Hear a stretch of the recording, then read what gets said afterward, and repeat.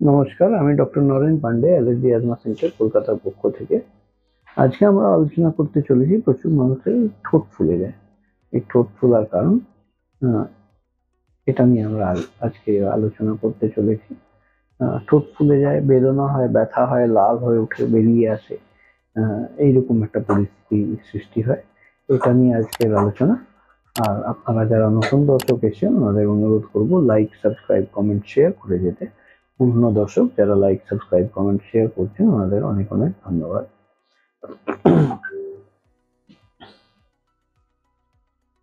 আমরা কলকাতায় শিয়ালদা স্টেশনের পাশে হাঁটা পথ, মৌলালী মাজার এবং ইন্টালি সিনেমা হলের মাঝখানের বাড়িতে অবস্থিত। আমাদের এখানে পরিষেবা নিতে গেলে 500 টাকা অগ্রিম নন রিফান্ডেবল জমা করতে হয়, যেটার জন্য আর অনুসন্ধানের জন্য আপনারা নিচে দেওয়া হেল্পলাইন নাম্বার 7278034776 যোগাযোগ করে অ্যাপয়েন্টমেন্ট বা অনুসন্ধান করতে পারেন। এখনো যদি চ্যানেল না সাবস্ক্রাইব করে থাকেন তাহলে দয়া করে চ্যানেলটা সাবস্ক্রাইব করে যাবেন, আর ভিডিও পছন্দ হলে একটা লাইক করবেন। তো যেই আলোচনায় আমরা আসছিলাম, বিভিন্ন মানুষের দেখা যায় হঠাৎ করে ঠোঁট ফুলে বেরিয়ে আসে। আবার কিছু মানুষের মধ্যে দেখা যায় ঠোঁটের সাথে চোখ, চেহারা ফুলে লম্বাট মতন হয়ে গেল, চোখটাও ফুলে যায়। এমনও ফুলে অনেক সময় চোখ বন্ধ হয়ে যায়, খুলে তাকাতে পারে না, দেখতে পারে না। এই পরিস্থিতি কিন্তু অ্যাঞ্জিওএডিমা বলা হয়।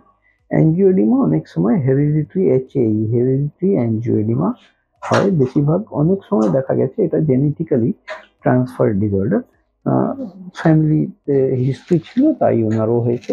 আর অনেক সময় অ্যাকোয়ার্ড, পরবর্তী জীবনে এসছে, কিন্তু ফ্যামিলির হিস্ট্রিতে কোথাও কিছু পাওয়া যাচ্ছে না।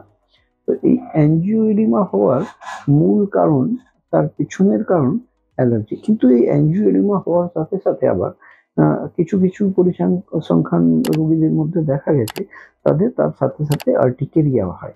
আর্টিকেরিয়া বলতে গায়ে দাগলা দাগলা হয়ে চুলকানি হওয়া, গা চামড়া লাল হয়ে যাওয়া, বিভিন্ন জায়গা চুলকানি হওয়া। কিছু রোগীর মধ্যে আবার দেখা যায় ডার্মোগ্রাফিজম হয়। ডার্মোগ্রাফিজমটা কি? তাকে আবার বাংলা ভাষায়, চলতি ভাষায় প্রেসার আর্টিকেরিয়া বলা হয়। প্রেসার আর্টিকেরিয়া কি? প্রেসার আর্টিকেরিয়া গায়ে চাপ সৃষ্টি হলে সেই জায়গাটা ফুলে ওঠা, সেখানে চুলকানি চালু হলো। এই টেবিলের কোনোতে হাত রেখেছি, এখানে কিছুক্ষণ থাকলো, এই কোনোয় চাপ পড়লো, এই চাপ সৃষ্টিতে এখানে একটা দাগ হয়ে গেল, আর এখানে চুলকাতে আরম্ভ করলো। আর যেই চুলকালাম তাহলে আরো চুলকানিটা বৃদ্ধি পেলো, আরো এখানে ফুলে উঠলো চামড়াটা। এটা ডার্মোগ্রাফিজম। তো এই যে অ্যাঞ্জিওএডিমার কথা বললাম, হেরিডিটারি অ্যাঞ্জিওএডিমার কথা বললাম, আর্টিকেরিয়ার কথা বললাম, আর ডার্মোগ্রাফিজমের কথা বললাম, এই সমস্ত জিনিসের কিন্তু মেন কাণ্ডারই হচ্ছে অ্যালার্জি রোল প্লে করে। অ্যালার্জি কি রোল প্লে করে? অ্যালার্জি ট্রিগার কাজ করে। অ্যালার্জি হওয়ার বিভিন্ন ট্রিগার আছে, যেটা নিঃশ্বাসের সাথে শরীরে প্রবেশ করে অ্যালার্জি ক্রিয়েট করে, তৈরি করে, সৃষ্টি করে। আমাদের পরিবেশে প্রচুর রকমের অ্যালার্জেন আছে যেগুলো আমরা চোখে দেখতে পাই না। হয়তো একটা বন্ধ ঘর আছে, ছোট ছিদ্র আছে, ওখান থেকে যদি রোদ পাস করে, তাকে যদি অবজার্ভ করা হয়, তখন দেখা যায় তার মধ্যে অনেক গুড়ি গুড়ি গুড়ি গুড়ি ঘুরে বেড়াচ্ছে। কিন্তু এমনি নর্মাল অ্যাটমসফিয়ারে খালি চোখে খুব একটা এগুলো দেখা যায় না, বোঝা যায় না। থাকে তো এনভায়রনমেন্টে তার এক্সিস্টেন্স প্রচুর পরিমাণে আছে। কিন্তু এই পরিসংখ্যানের মানুষ যারা এই সমস্ত জিনিস নিয়ে কষ্ট পান, ওনারা দেখা যায় যে খাদ্য পদার্থের উপরে প্রচুর নজর দেন। প্রচুর নজর কেন দেন? কারণ ওই বিভিন্ন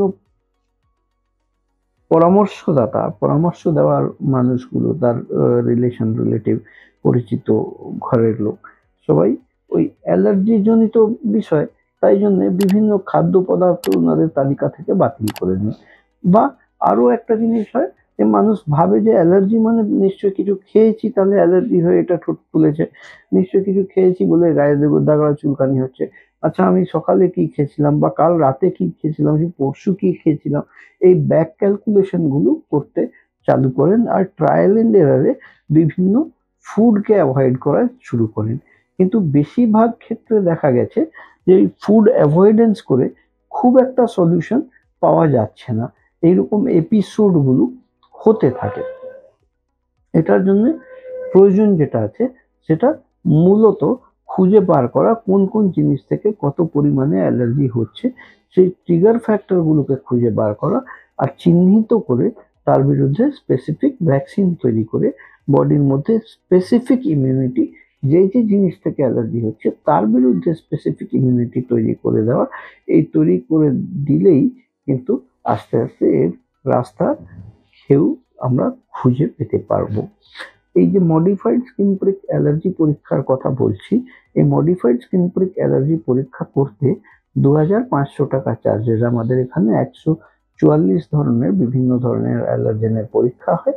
আর যে ভ্যাকসিনের কথা বলছি, ভ্যাকসিনটা ইঞ্জেকশন নয়, মুখে খাওয়ার ড্রপ ওরাল ভ্যাকসিন। এই ভ্যাকসিনের চার্জেস 8000 টাকা 1 বছরের কোর্সের। কনসালটেশন ফি আমাদের এখানে 1000 টাকা আছে। আর আনুষঙ্গিক যদি কিছু পরীক্ষা নিরীক্ষার ওষুধ লাগবে তার কিন্তু আলাদা এক্সট্রা চার্জেস হয়।